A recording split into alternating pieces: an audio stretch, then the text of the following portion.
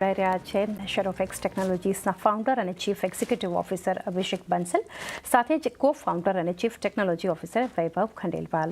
अभिषेक sir, वैभव sir, स्वागत है CNBC बाजार पर।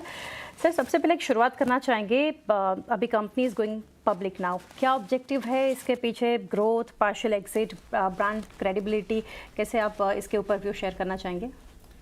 देखिए, शैडो ऑफ एक्स हमने 2015 में चालू किया था। पिछले कुछ सालों से हम कंपनी में बहुत तेज़ ग्रोथ देखते हुए आ रहे हैं। 2023 से 2025 के बीच में लगभग 32% की ग्रोथ हमने देखी है। इस साल हमारी ग्रोथ पेस और बढ़ गया है, हमने कुछ 68% का ग्रोथ देखा है H1 के अंदर। अभी हमारे पब्लिक जा रहे हैं हम लोग, कंपनी 1000 करोड़ रेस कर रही है, करीब 900 करोड़ का इसके ऊपर ऑफर फॉर सेल है हमारे इन्वेस्टर्स के लिए। एज प्रमोटर्स हम लोग इस ऑफर फॉर सेल में कुछ नहीं बेच रहे, प्रमोटर्स की एम्प्लॉयज, नोबडी इज सेलिंग। जो 1000 करोड़ हम रेस कर रहे हैं हम इसलिए कर रहे हैं क्योंकि हमें लगता है कंपनी की अभी बहुत तेज़ ग्रोथ आनी बाकी है अगले कुछ सालों में। इंडिया में ई कॉमर्स जैसे आगे बढ़ रहा है, क्विक कॉमर्स जैसे आगे बढ़ रहा है, और जिस तरीके से जो घरों पे डिलीवरी हो रही है वो आगे बढ़ रही है, उसको इनेबल करने के लिए हमें इंफ्रास्ट्रक्चर लगाना है, हमें एक्सपेंशन करना है। एंड हमें लगता है कि ये बिज़नेस जो हमने बनाया, जो पिछले कुछ सालों जिस तरीके से हम लोग ग्रो करते हुए आए हैं, शायद आगे आने वाले सालों में with the money coming in हम लोग इसी पेस पे या इससे ज़्यादा पेस पे ग्रो कर पाएंगे। जी, और सर IPO के फ्रंट पर अभी जानना चाहेंगे, ये प्रोसीड्स के स्प्लिट क्या है बिटवीन नेटवर्क एक्सपेंशन, अगर देखें टेक्नोलॉजी, या फिर डेट रिडक्शन हो गया, एक्विजिशंस हो गए, वो कैसे स्प्लिट है? हम लोग जो 1000 करोड़ रेस कर रहे हैं उसमें से करीब 450 करोड़ का हम लोग केपेक्स और लीज एग्रीमेंट पे लगाने वाले हैं, विच बेसिकली मींस कि हम कैपेसिटी बनाने वाले हैं सॉर्टेशन सेंटर में, लास्ट माइल फैसिलिटीज़ में। लगभग 45% जो हमारा नंबर है वो हमारा केपेक्स, लीज लाइबिलिटीज़ की तरफ जाने वाला है। उसके अलावा लगभग 80 करोड़ हम लोग लगाने वाले हैं मार्केटिंग और D2C ब्रांड्स के लिए। कंपनी का एक बहुत बड़ा फोकस है कि हम लोग D2C ब्रांड, स्मॉलर जितने छोटे कस्टमर होंगे हम उनके पीछे उनको अक्वायर करना चाहते हैं। हम अपनी सेल्स टीम कुछ 100 शहरों में लेके जाएंगे, तो लगभग 80 करोड़ हम उसके पीछे लगाने वाले हैं। उसके ऊपर लगभग 150 करोड़ का हमारा स्पेंड होगा वर्किंग कैपिटल का। देखिए, B2B बिजनेस है, इसमें एक वर्किंग कैपिटल रिक्वायरमेंट होता है, तो जैसे बिजनेस ग्रो होता जाएगा थोड़ा सा वर्किंग कैपिटल रिक्वायरमेंट लगेगा, तो लगभग 150 करोड़ हम वर्किंग कैपिटल के लिए लगवा रहे हैं। हमने माना है कि देखिए, हम लोग प्रॉफिटेबल कंपनी है, लास्ट ईयर हम लोग पैट पॉजिटिव भी हो गए थे, हम लोग कैश भी जनरेट कर रहे हैं बिजनेस में, तो बिजनेस को ऐसा कोई ऑपरेटिंग बर्न नहीं होने वाला है। लेकिन जो भी पैसा लगेगा वो कैपेसिटी क्रिएशन में लगेगा या फिर सेल्स एंड मार्केटिंग, जहाँ पर ग्रोथ दिखेगी हम लोग वहाँ पर लगाएंगे। एक्विजिशन के बारे में देखिए, हमने लास्ट ईयर एक छोटा एसेट एक्वायर किया था। एक्विजिशन में कोई बड़ा प्लान नहीं है कि कोई बहुत बड़ा कंपनी है, कोई बहुत बड़ा अपॉर्चुनिटी हमारे दिमाग में, हम उसके पीछे हम उसको एक्वायर करना चाहते हैं आज। लेकिन अगर कुछ अच्छा मिलेगा, कुछ ऐसा मिलेगा जो हमारी वैल्यू एडेड सर्विसेज की थीम के साथ जाएगा, जहाँ पर कोई ऐसी नई कैपेबिलिटी मिलेगी जहाँ पर हम अपनी लीडरशिप बना पाएँ, तो हम उसको उसी समय उसी टाइम पर हम लोग जज करेंगे। बट उसके लिए कुछ पैसा हमने बॉल पार्क करके रख दिया है, लेकिन ऐसा कोई अभी इमीडिएट टारगेट हमने आइडेंटिफाई नहीं किया है इस साल के लिए। जी, फेयर इनफ सर।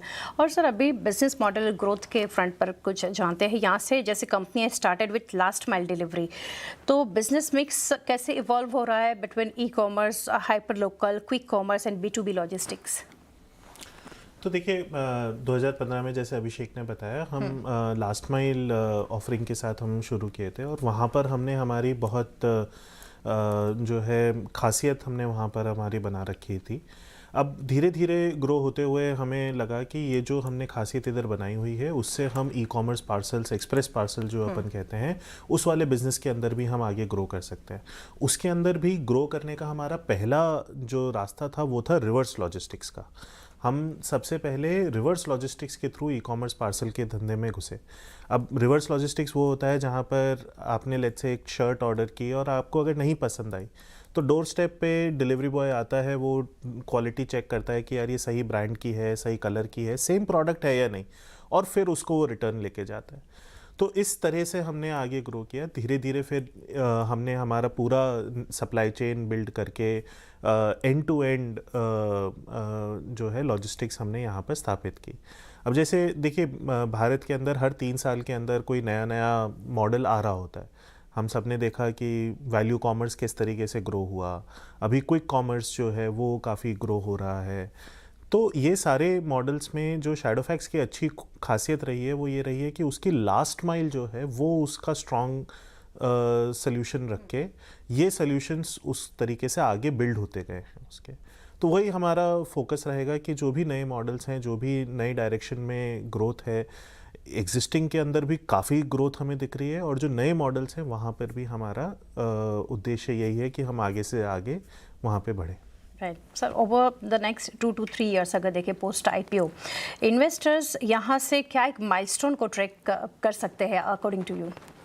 देखिए, मार्केट में हम कोई नंबर गाइडेंस ऐसे नहीं दे सकते हैं, बट आप ये देखिए एक ट्रेंड के बेसिस पे हम लोगों ने ब्रेक इवन किया था एबिडा लेवल पे लगभग 10 क्वार्टर पहले, तब से हम एबिडा पॉजिटिव है। उसके बाद से हमारा फिर लास्ट ईयर हम लोग पैट पॉजिटिव हुए, इस साल हम लोग कैश फ्लो पॉजिटिव हुए। तो कंपनी का एक ट्रेंड है जहाँ पर हम लोग प्रॉफिटेबिलिटी को इम्प्रूव करे जा रहे हैं, और हमारी प्रॉफिटेबिलिटी का जो एक्सपेंशन हो रहा है वो बिजनेस ग्रोथ के एक्सपेंशन से तेज़ी से हो रहा है। एंड अगले कुछ सालों में जो हमको देखना चाहिए है कि कंपनी ग्रो करेगी, ग्रो करने के बाद ऑपरेटिंग लेवरेज आएगा, लेवरेज आने से मार्केट में हमें एक्सपेंशन ऑफ एबिडा मिलेगा।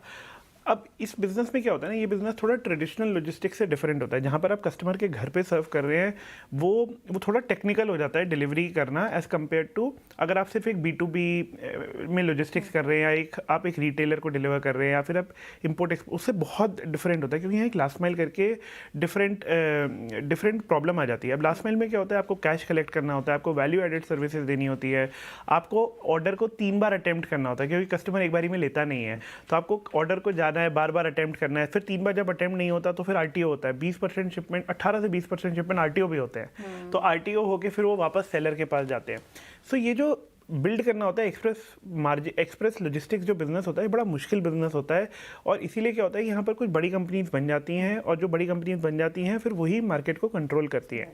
आप अगर दुनिया की बाकी इकोनॉमीज़ को देखोगे, चाइना को देखोगे, US को देखोगे, तो जो एक्सप्रेस पार्सल वाला जो बिजनेस है ना, वहाँ जो कंपनियाँ बन गई हैं वो बहुत हेल्दी डबल डिजिट मार्जिन पे काम करती हैं। तो हमारा भी उद्देश्य वही रहेगा कि हमें आगे मार्जिन को एक्सपैंड करना है, इस कॉम्प्लेक्सिटी को बहुत एफिशिएंटली सॉल्व करना है। बट आई मीन ये पूरा का पूरा बेनिफिट आता है जैसे आपका ऑपरेटिंग लेवरेज मिलने लगता है आपको बिजनेस में। राइट, तो सर नेट प्रॉफिटेबिलिटी के ऊपर नेक्स्ट क्वेश्चन था, बट वो आपने कवर किया। लास्टली सर जानना चाहेंगे AI डेटा एनालिटिक्स की अगर बात करें, ऑटोमेशन, डिलीवरी एफिशिएंसी और साथ ही राइडर यूटिलाइजेशन को कैसे यहाँ से असर कर रहे हैं? तो देखिए, अंडरलाइन टेक्नोलॉजी में हमने काफ़ी यहाँ पे निवेश कर रखा है। तो सबसे पहली अगर हम देखें, हमारे जो भारत देश है, भारत देश के अंदर जो एड्रेसेस हैं वो एड्रेसेस ही जो है स्टैंडर्डाइज नहीं होते, ठीक है। और अपने क्या है, देखिए सड़क, नुक्कड़ ये होते हैं अपने लोकल भाषा के अंदर, लेकिन आप ई-कॉमर्स वेबसाइट में लिख रहे होते हैं, आप इंग्लिश में उसको लिख रहे होते हैं। तो इन सब से जो है बहुत चैलेंजेस आ जाते हैं लास्ट माइल को सही से कवर करने में। आप मानेंगे नहीं, लेकिन 8 से 9% कस्टमर्स अपना पिन कोड भी गलत देते हैं। तो अगर पिन कोड ही आपका गलत है तो आप सही एड्रेस पे कैसे पहुंच पाएंगे? तो उसके लिए हमने क्या कर रखा है कि पिछले 200 करोड़ से ज़्यादा ऑर्डर्स जो हमने डिलीवर कर रहे हैं, उन सबको हमने एक AI इंजन के थ्रू डाल के हमने पूरे देश का, जहाँ पर भी हम उपस्थित हैं, वहाँ का एक मैप बना लिया है। तो उस AI इंजन की तरफ से हमें, आप कोई भी पता दें, हमें ये पता लग जाता है कि यार ये कौन सी लोकेशन पे, कौन से पिन कोड पे ये है, इसके आसपास कौन सी गली है, कौन सा दुकान है, ये भी हम निकाल सकते हैं। तो यहाँ से हमें बहुत फ़ायदा मिला है। और बाकी देखिए, जो हमने ऑटोमेटेड सॉर्टर्स लगा रखे हैं, जहाँ पे हमने ऑटोमेशन लगा रखा है। देखिए, कोई भी ई-कॉमर्स का पार्सल होता है वो आपका लगभग 20 जगहों से गुजर के आपके पास आ रहा होता है। अब हमारा इस लेवल का टेक है जिसके अंदर कोई भी आप मेरे को पैकेट दे, मैं आपको बता सकता हूँ किसने उसको पिक किया, किस समय पर किया, कहाँ किया, उसकी वीडियो फुटेज तक, उसकी CCTV वीडियो फुटेज तक मैं आपको दे सकता हूँ। तो उससे जो है हमारी बिज़नेस में बहुत रिलायबिलिटी आ जाती है। देखिए, 16 लाख से ज़्यादा ऑर्डर हम रोज़ के कर रहे होते हैं।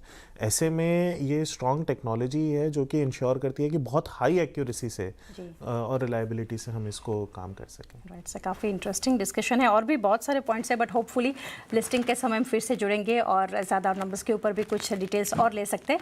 थैंक यू सर, फिलहाल के लिए हमारे साथ आप जुड़े, and best wishes for the IPO। Thank you. Thank you. तो